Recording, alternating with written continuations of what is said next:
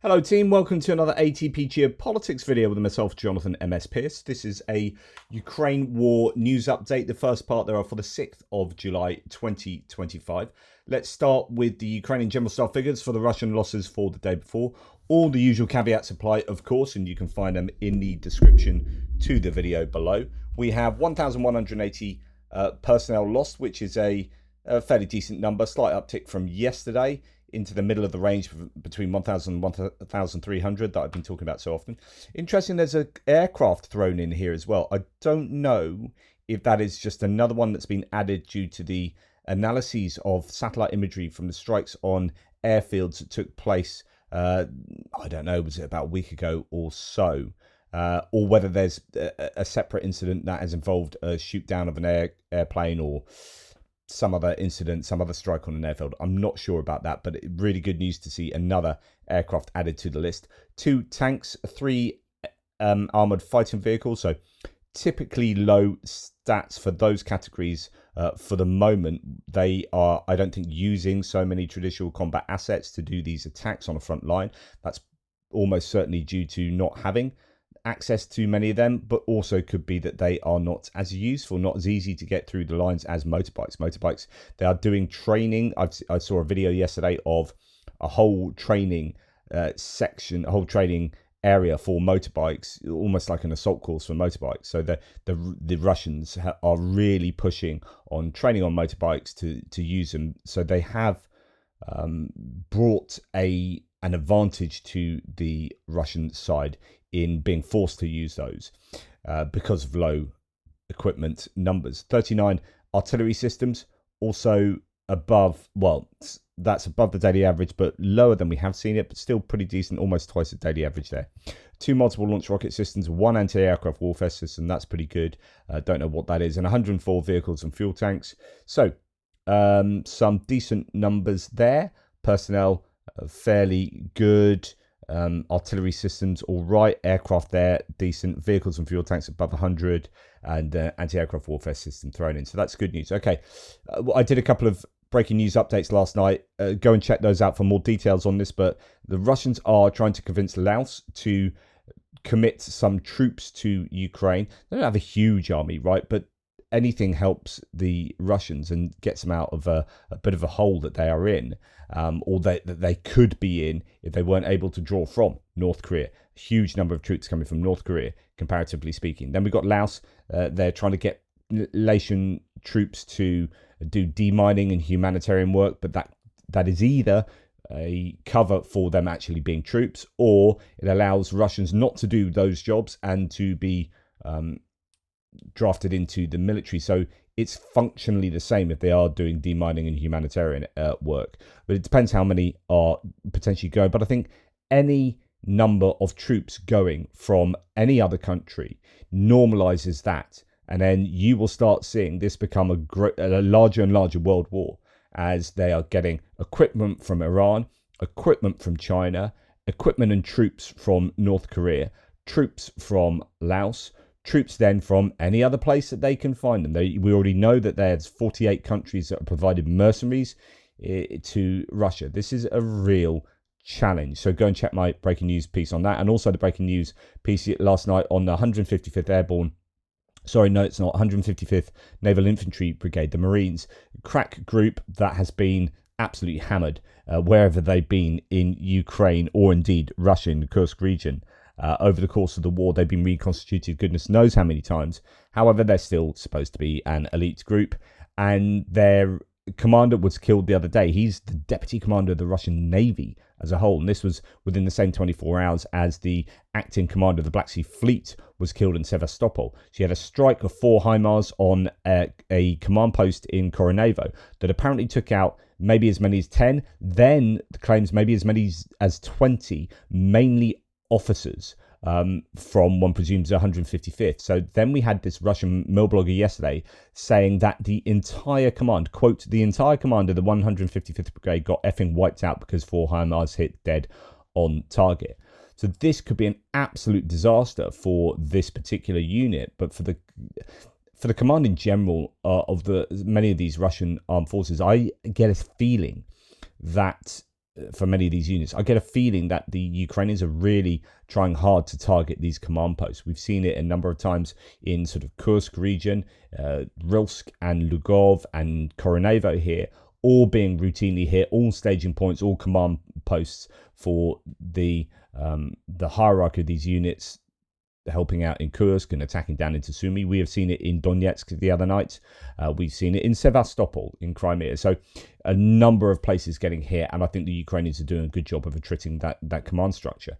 A gas pipeline also blew up in Vladivostok, affecting the 155th Naval Infantry Brigade again. This is RBC Ukraine reporting that a blast sparked a fire that destroyed sections of the Vladivostok pipeline, also including the freshwater pipeline too, which powers several military sites along the Sea of Japan coast, including the 155th. So that's where they're actually based, on the eastern coast. That's a long, long way away. That's going to be sabotage almost certainly, rather than some kind of long distance strike, some kind of munition. Now, talking of desperation for troops, going to Laos. Why they're going to Laos? Because actually they're struggling to get the troops from Russia. How do we know this? Well, that they have to go to Laos for a start, and North Korea, but also they are getting troops like this. A recent video of a Russian soldier. So this guy is filmed by another Russian soldier who's just brutally ribbing this guy here. This chap that's a new recruit to a new reinforcement, set of the reinforcements to this unit.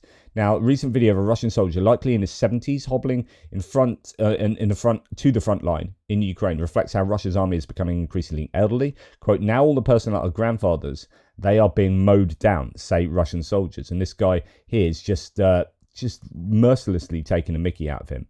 An investigation by the independent Russian news outlet Verstka highlights the changing age profile in the Russian army. Soldiers on the front line have recorded and spoken about the increasing number of grandfathers, as they call them, soldiers over 50, their units are receiving. The recruitment of the elderly is being driven by huge casualties. One soldier serving Donetsk region says, quote, since the beginning of the summer of 2024, our regiment has lost about half its men, 200s and 300s though, killed and wounded. Near Chaziv Yar, roughly 500 people. They are still sending us additional personnel. Half of these who come are over 50, maybe even more, and not all of them reach their positions. A video filmed in the winter of 2024 to 25 shows a soldier who the person filming says is 62, hobbling along a snow-covered road in the Luhansk region. Quote, only old men are going into battle. Where is our command looking? The filmer asks. These are the kind of fighters that are recruiting for us. People are volunteering out of stupidity, but the military commissariats have to look somewhere. According to the source in the Moscow city government, the average age of recruits rose from around 40 at the start of 2024 to 50 by the end of the year. Half of those volunteering in Moscow are aged over 45 years old by the end of 2024. Faced with manpower shortages, the Russian government has increased the maximum age of military service across a range of ranks and roles. A contract soldier can now serve until 70 years old. Absolutely incredible. So I won't go on, but you can go and look at the rest of that thread from another great Chris Wiki thread. But it's just, a sign that the Russians are pretty desperate for soldiers. And that's going to be unsurprising given the toll that this war has taken on the Russians. Now, let's have a look at the toll of equipment. We see the general staff figures, and sometimes we go, what the hell? How can they destroy that many in a single day? Particularly, we look at artillery systems. And then recently, I've been showing you evidence of how that is not just plausible, but very much probable. And then you look at videos like this. So the SPU military counterintelligence eliminated 97 units of enemy weapons, heavy weapons, 5 tanks, 18 armored personnel carriers, 65 howitzers, 3 guns, 5 self-propelled howitzers, and 1 grad. So 65 howitzers, those are just towed howitzers. 3 guns, it's probably anti-tank guns, the AT-12 or similar, MT-12 Rapira. 5 self-propelled howitzers, so howitzers on tracks. And then a grad, a multiple launch rocket system, 4 radars, 6 electronic warfare systems, 159 drones, 1 drone operator crew, 2 FPV antennas, 239 fortifications and shelters, 61 vehicles, 10 warehouses. So that's just one kind of set of that's one unit, if you like. This is happening up and down the front line. I showed you one the other day where, they were talking about just the sheer number of howitzers and artillery that they're taking out. So this does happen. Okay, Russian troops are complaining in this video about Ukrainian drones over occupied Horlivka. Entire swarms are flying in, torching vehicles and heavy equipment. So, wow, this is okay, it's an anecdote, but it just goes to show how prevalent drones are. And of course, we know that's the case for both sides, depending on where you are on the front line. Drones are hitting Horlivka. So this is, okay, it's fairly close to the front line, but it is a Russian occupied town. Where exactly do they strike? This person asks. Mostly the outskirts, yeah, because that's where they hunt for targets. Any vehicles that can be identified as military, Nivas, Patriots, Bukankas, all those vehicles get taken out straight away. So this is the Russian military use of civilian vehicles. Bukankas, they're kind of halfway between, but they are your Scooby-Doo vans. But then you've got your Ladas and your Nivas that are so, like when we see Andrew Perpetua's Lost List and there's so many civilian vehicles on there, that's not that they are targeting civilians, they're targeting military using civilian vehicles, like this guy here. Here's some heavy equipment destroyed, like a tank, just driving past that, smashed up over there. Obviously, one drone probably couldn't take it out. Must have been a swarm of drones, or something heavier, like a Baba Yaga, the vampire drones. Just a few days ago, he says, our vehicle was driving here. Our sergeant major was moving through. A drone hit the vehicle. It was carrying incendiary stuff. It burned. But everyone's alive. The drivers, the sergeant major. Right here. Yeah, right here, the vehicle. When the drone hit, they lost control, crashed into a shop. Listen, so many burned out vehicles like this. Look at that, goodness me. They're constantly clearing them out. These are the ones they haven't got to, because if they left them here, like burned out vehicles like this, they're constantly clearing them out. These are the ones they haven't got to yet, because if they left them all here, traffic would grind to a halt. So this is really interesting. That is a fairly, civilian sort of area. Horlivka, it's not too far from the front line, as I said, but it's clear there that the Ukrainians are able to cause a real havoc to the military, not to the civilians, but to the military there, in terms of striking vehicles to a massive degree. Now, this is a Ukrainian anti-drone corridor in Donetsk region, 110th Motorized Brigade. Actually, someone was showing yesterday that this is entirely built to the specifications set out in a manual, actually, that you can see on how to build these drone corridors. This shows you how serious the threat of drones is. This is a Ukrainian, obviously, main supply route, G-lock ground line of communication, that is being defended against drones. It is just such a problem. Drones are such a problem, and both sides are doing that. Now, talking about drones being a problem, these are Molnias. Molnia drones, 24 of them getting taken out in just this one video. It's a very cheap drone that can carry a warhead of up to 5 kilograms in weight. Each one shot down is a life saved, says this source. But just, the threat of these drones is just so consistent, so massive. We talk so often about Shahed drones, and we're going to talk about that in a second. They are a huge issue, hundreds being sent over every night into Ukraine. But then you have these sort of drones on the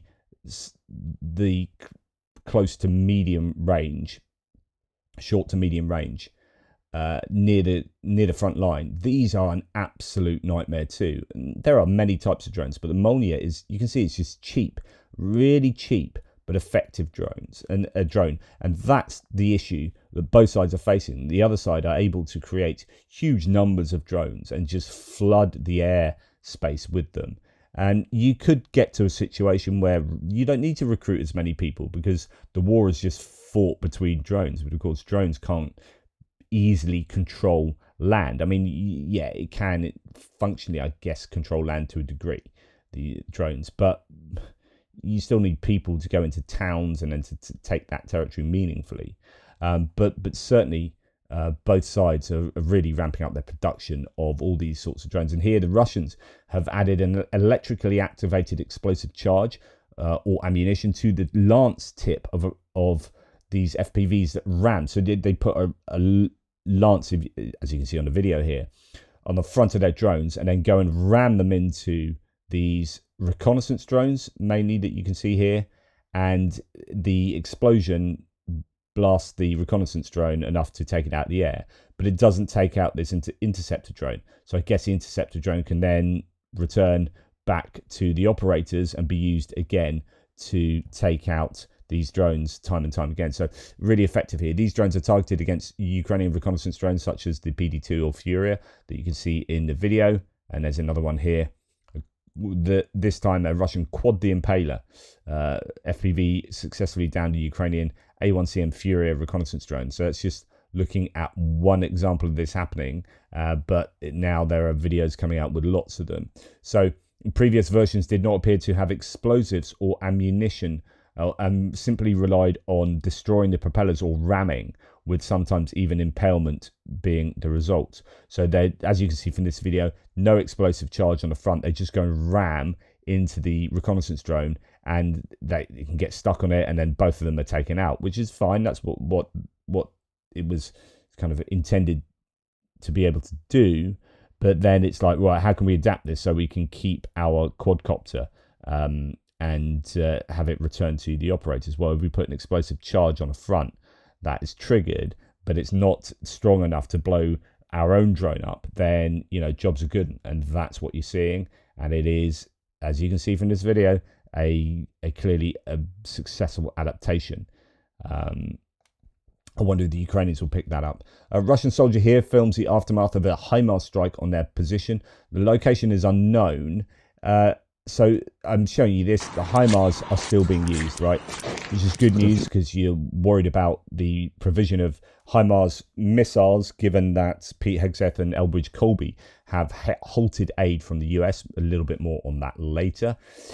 Here we've got HIMARS strikes absolutely wrecking this building. I don't know how much equipment has been destroyed there, if any. It's quite difficult to make it out just from this video, but you can see the sheer damage that those HIMARS missiles can do. There's a bit of equipment in the back of it, the video here. You can just see just there, he's got his finger kind of across there, but there's some equipment towards the back, I think, and there's, you know, stuff here, not quite sure what's there. But anyway, pretty significant damage done to that area. Now, the Russians posted a video bragging about how they heroically destroyed a gas station in Kherson. It's so typical. In reality, they're just poisoning civilians, cutting off vital infrastructure. People can't even evacuate safely. It's simply too dangerous. What's happening looks less like war and more like deliberate erasure of population. I mean, this is state-sponsored terrorism. Russia should be seen as a state-sponsored terrorist nation. They are blowing up a petrol station in Kherson. It is horrific, and they're celebrating that. You know, music on these videos. Yay! Look at how cool we are in Kherson again, but also Kharkiv. Says Max 25 rescuers were eliminating the consequences of shelling, and then they were attacked again. These double tap strikes that try and take out rescuers again. Petrol station there. How much is that a valid military target? And then emergency services. That's definitely not a valid military target. And yet these emergency services are being targeted ruthlessly. In fact, there's a little bit more here coming from Tim White, who shows some of those same photos there. Destruction of petrol stations. Yesterday I showed a video of Russia deliberately hitting a fuel station in Kherson. That's the one we just saw previously, and they did it again this morning. And what's more is that it was a double tap attack. The fire crews also targeted when they arrived to tackle the initial blaze. I mean, this is a war crime. Attacking emergency crews is another war crime, but there are so many committed by the Moscow horde, they just seem to get ignored these days. It happened too in Kharkiv overnight, with another fire truck badly damaged. It's just utterly unacceptable. But that is what is happening in Ukraine on a routine basis. War crime after war crime. A car exploded in Odesa in what the SBU says was an attempted terror attack. A Ukrainian soldier, I think I reported that yesterday. A Ukrainian soldier was inside the vehicle but survived. Was injured and is receiving medical aid. The car was completely burned. If I didn't, that's that. The update to that is a Ukrainian was arrested as a result of this. I don't know. I don't have the post here, but yeah, there was someone who was rented. I think a young Ukrainian lad. Makes you think he's probably manipulated into so doing. Maybe some kind of blackmail going on. I think he's recruited through Telegram or something like that. But yeah, sorry, I haven't got the update on that. But that happened over the last 24, 48 hours. Right, moving on to distant strikes. So we had another pretty big night of attacks, not to the same degree as we saw the night before, and particularly then 3 nights ago. But last night still significant. I mean, when we're talking about 161 articles, entities, whatever you want to call them, munitions thrown into Ukrainian airspace, and we're thinking, oh, that's a slightly quieter night. We have our benchmark skewed. That is 161 drones is huge. Like that's a massive amount of drones, and of course that has become normalized. So 117 out of 157 drones were taken out, 98 shot down by air defense, 19 suppressed by electronic warfare. So we're seeing less and less, I think, or fewer and fewer drones taken out by electronic warfare these days. There were 4 S-300 missiles sent. These are usually sent from the northern oblasts, well, the oblasts north of Ukraine, into places like Kharkiv. I don't know where they were sent. These are surface-to-air missiles used in the ground attack mode. I presume they were sent from up there. But sometimes they can be sent against like Dnipro, Zaporizhia areas. 117 drones taken out, 157 sent. That's 40 drones getting through and causing all sorts of damage. And they do have an increased payload these days. So that is a real significant attack again last night. And if we look at the Institute for the Study of War stats presentation here, since Trump was inaugurated, the size of Russia's missile and drone attacks on the people of Ukraine has grown by 5 times, says Jay in Kiev. It's just absolutely huge numbers of drones being sent on given days, and they are stockpiling to some degree. It's not that they're spending days not firing any. They'll fire fewer for 3, 4, 5 days, and then massive numbers.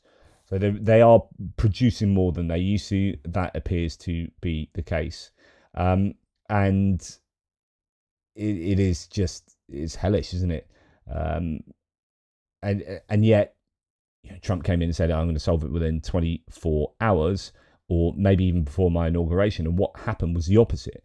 Now, he should be in a position now to be publicly slighted by this, to feel humiliated by this, and go hard against Russia. Will that happen? Tim White, as part of his thread today, say, I feel slightly better. I feel that there's a sea change happening, that the ground is being laid in the information spaces for Trump to go hard against Putin. I think that's very hopeful. It's possible.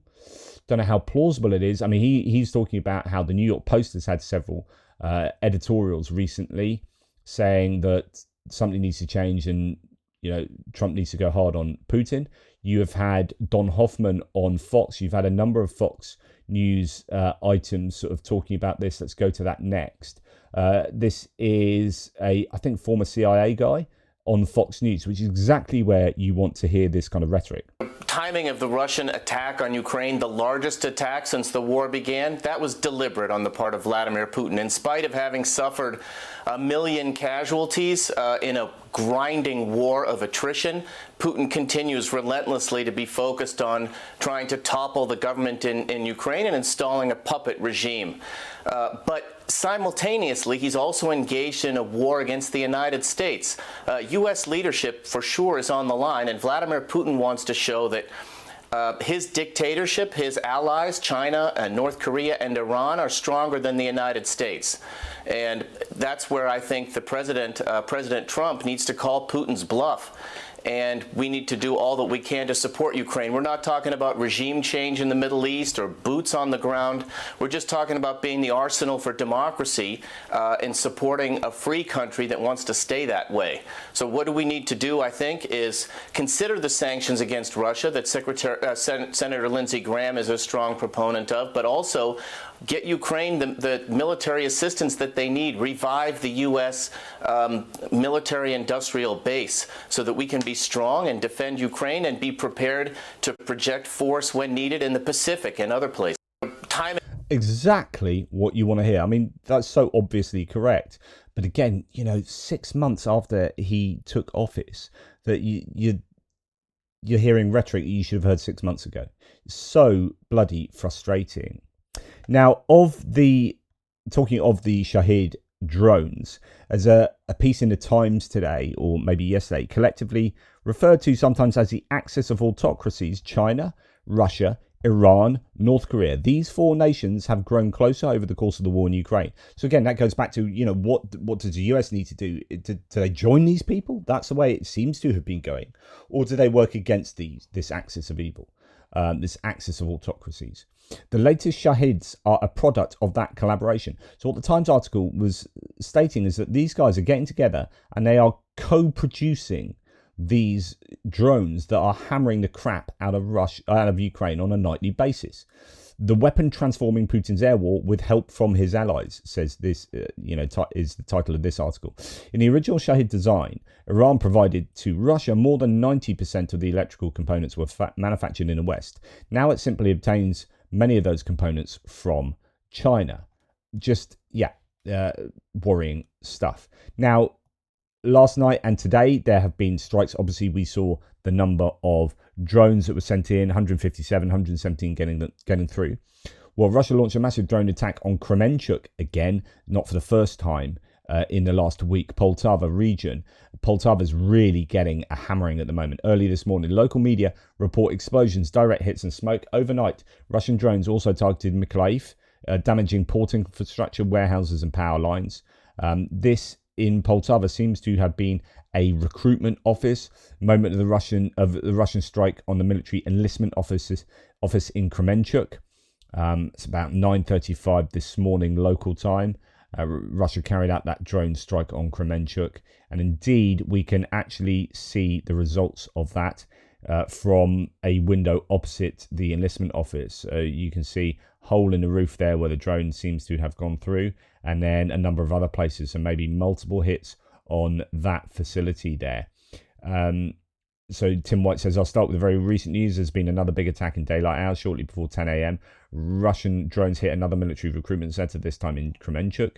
The military offices and a neighboring residential building were damaged in the Russian attack on Kremenchuk in central Ukraine.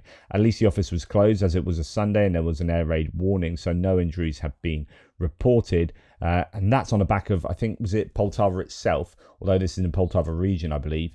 Poltava itself had its recruitment office hit in the last 48 hours. Then there were strikes on Khmelnytsky. I think there was a Kinzhal attack last night. It's not included on those stats, is it?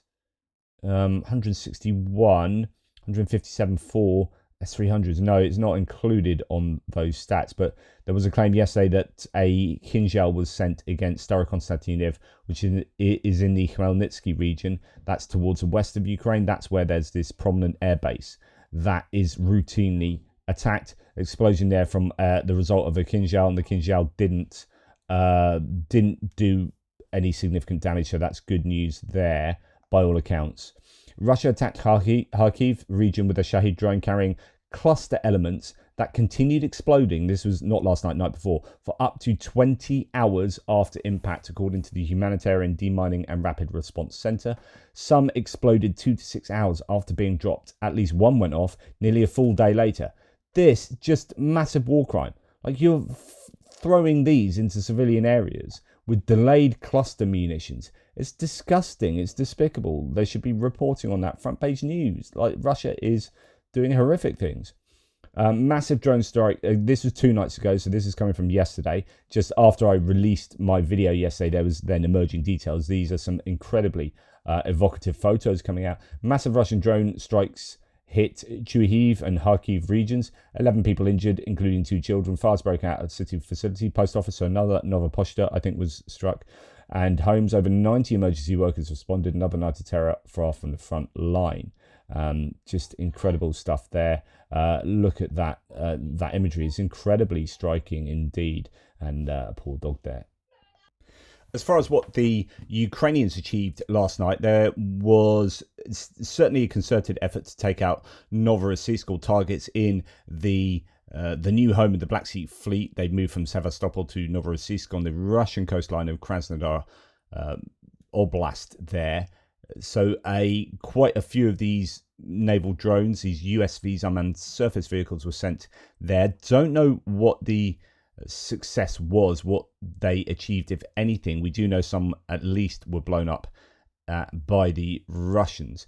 At this moment, dozens of Ukrainian naval drones are attacking the port of Novorossiysk in Russia's Krasnodar region, targeting high-value military equipment deployed along the coastline for defense, said Visioner last night. And then this morning we saw some images of destroyed Ukrainian drones on the water there. Russian sources claim footage showing a Ukrainian uncrewed surface vehicle allegedly destroyed during the attack on Novorossiysk. They report around 120 Ukrainian drones were shot down, blown up, sunk. So I don't know whether these were drones that released FPVs or drone ID dropping drones to then fly and attack Novorossiysk from a local point of view, or whether these were all drones intended to go and take out naval targets within the port. Of course, there are booms and protective setups around the port, so it's going to be difficult for these drones to get through. But the night before, there was air defense active as well, so it could be that there were regular one-way attack drones, aerial drones that were sent against Novorossiysk as well. So that kind of shot down claim is also true in that respect. So I don't know the outcome of these strikes, but as you can see, at least one of those USVs taken out on the water. Overnight and early this morning, it was loud in Novorossiysk, where Russian forces hide their ships. This video shows the detonation of an unmanned surface vehicle.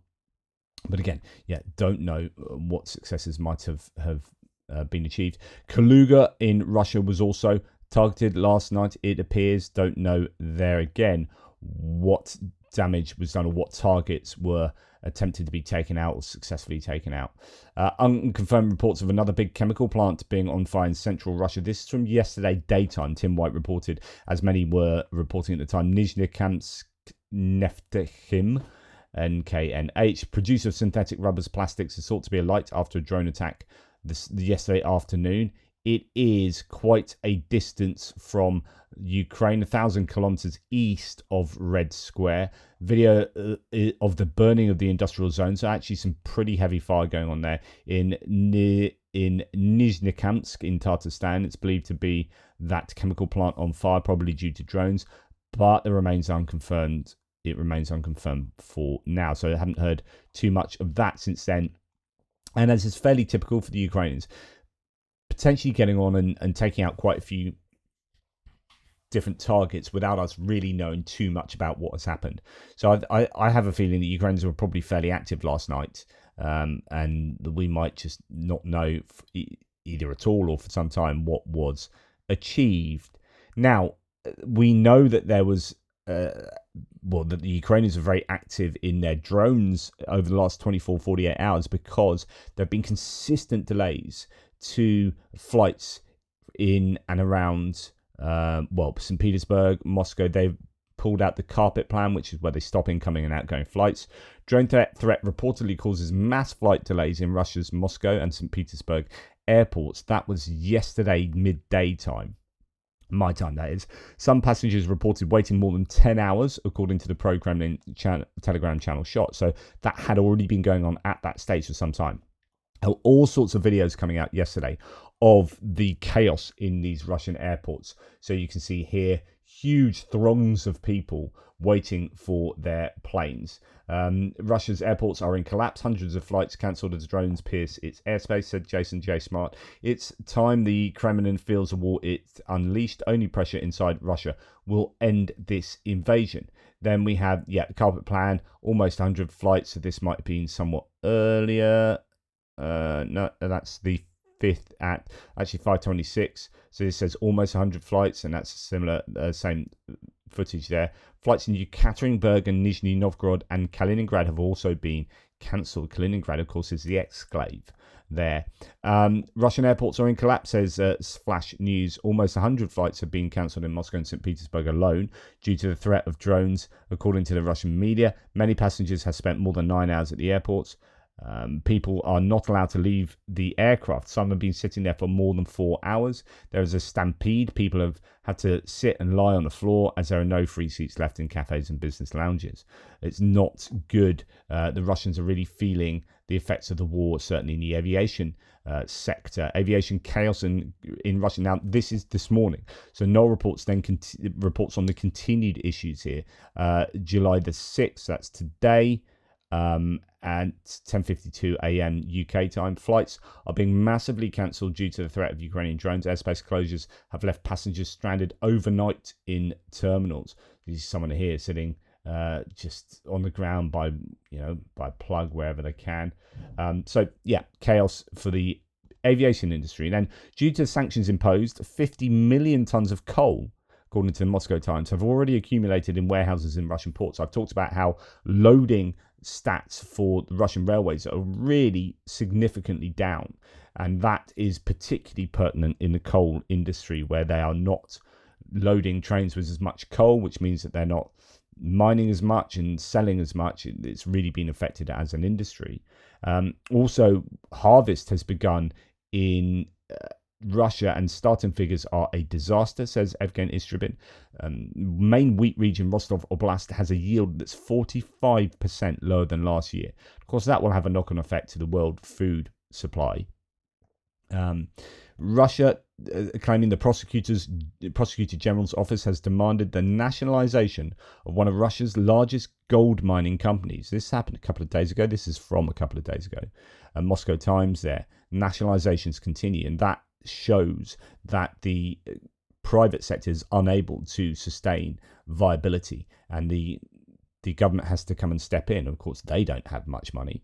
The Russian Prosecutor General's office has filed a lawsuit demanding that the assets of the Ural Zoloto holding company, which is controlled by Konstantin Strukov, deputy chairman of the Chelyabinsk Region Legislative Assembly from United Russia political party, be transferred to state ownership. So this ranks as third in terms of the gold production in Russia, that corporation. The company's assets include deposits in the Chelyabinsk and Khakassia and Krasnoyarsk Krai regions. When I heard about the searches, I had a feeling this might be coming, says Prune.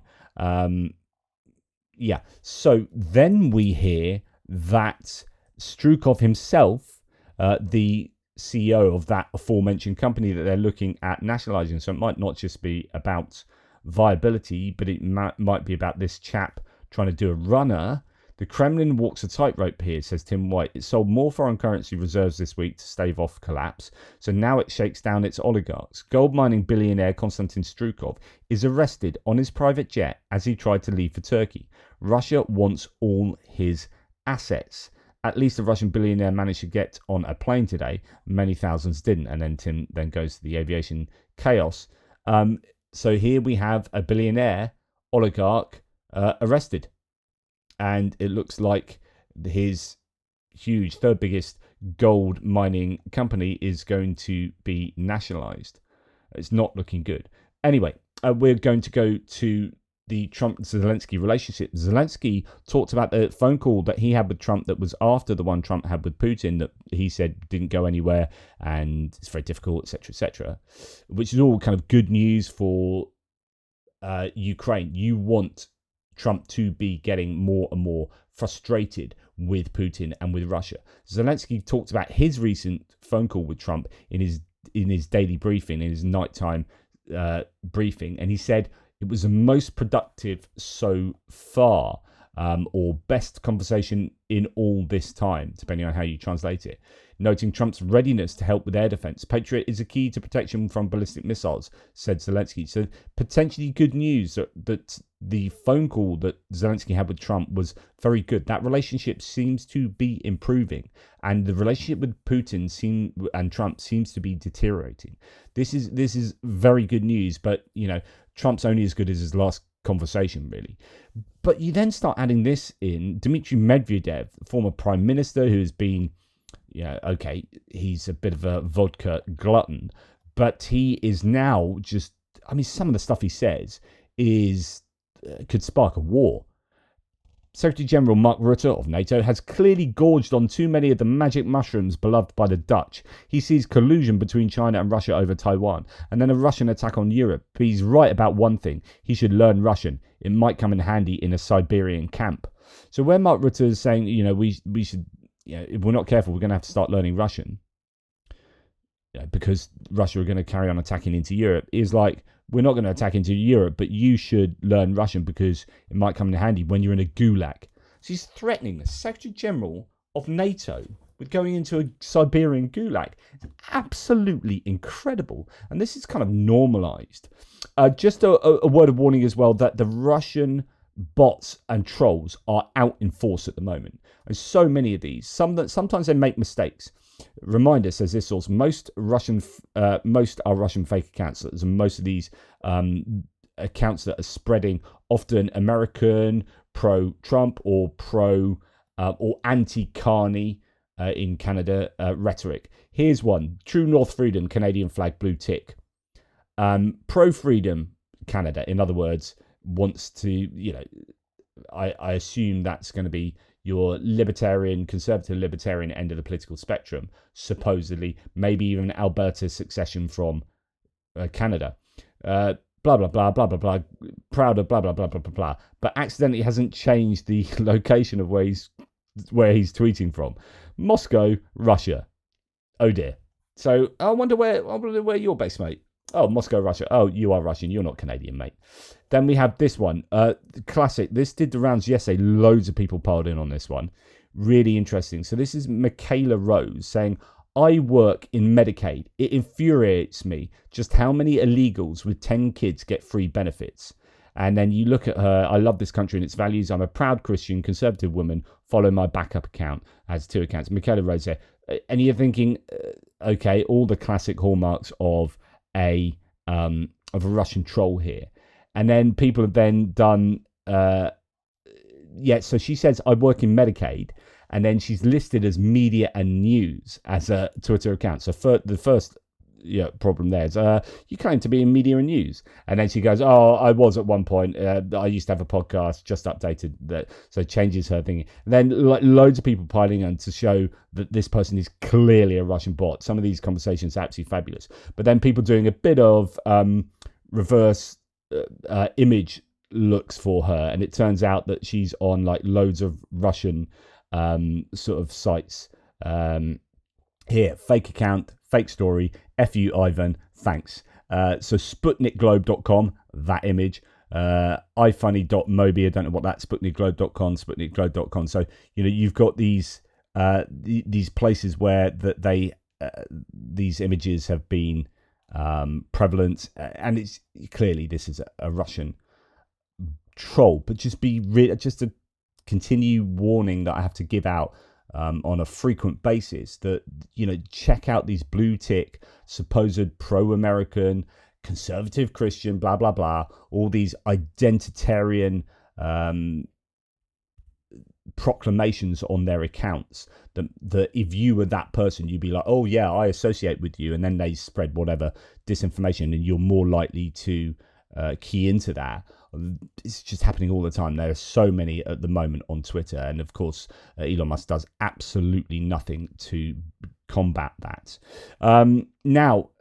Meanwhile, in Russia, military expert Igor Korotchenko thanked Donald Trump for lifting sanctions and urged him to protect Elbridge Colby. So if you're wondering, whether the decision to halt aid to Ukraine was in the interest of Russia, and whether that's really helping Russia, that decision by Elbridge Colby and Pete Hegseth, you've got Russians on state TV saying, thank you very much.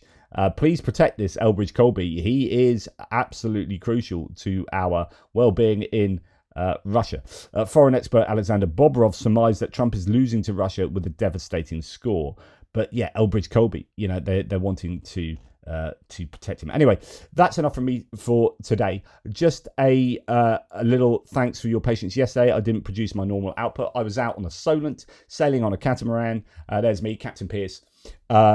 It was pretty hairy at some stages. When we got out past the Isle of Wight, it was crazy rough. And we were going like this. Bang, bang. It was a couple of minutes of, oh, this is interesting. 4-7 winds, and then we had to sort of turn around and get back to sort of Bembridge area, the Isle of Wight. But lots of MS people. It's a sort of charity organisation that boat is chartered. It's owned by a sort of disabled charity, and there I was. And you had varying levels of multiple sclerosis disability there, but it was pretty windy and wet the one day in all of that time. So it's great. Met this lovely guy from Wisconsin, actually. He lives in the UK.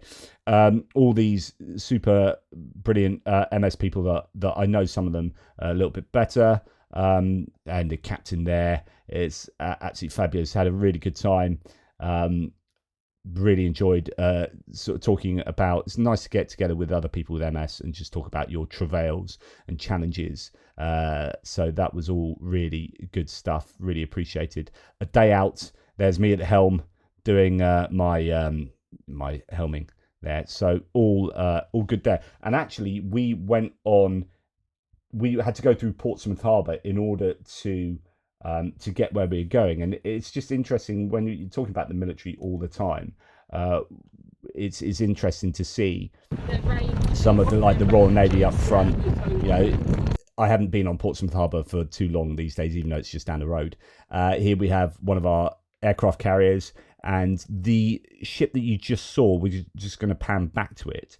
That is out in the middle of the Portsmouth Harbour there, because the loading bay for munitions is not in harbour for safety reasons. So what they do is they load it out here. So the other side of that, you can see it. Maybe I've got another video of it from the other side. So there's a jetty the other side of this. It's just basically in the middle of the harbour, and that's where they put all the munitions on, just in case if there is an explosion, then you're blowing up in the middle of the harbour and you're not blowing up next to the in the port and destroying all the port infrastructure.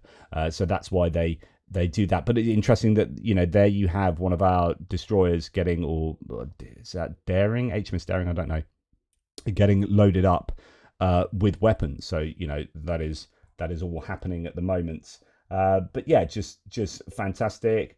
Really good to get out and enjoy a bit of the ocean. And it was wet and windy. Here we are coming back into Portsmouth. Back to Gosport and Portsmouth.